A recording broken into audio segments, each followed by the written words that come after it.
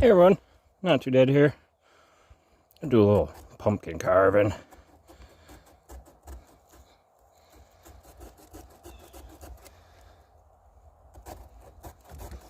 Get the eyeball done here.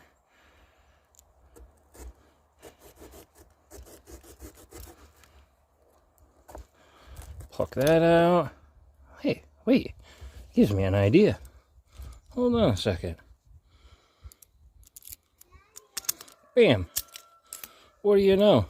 Just like that, the pumpkin carver works to get out of handcuffs. Like and subscribe. Stay tuned for more pumpkin carving, Not Too Dead style. Have a good one.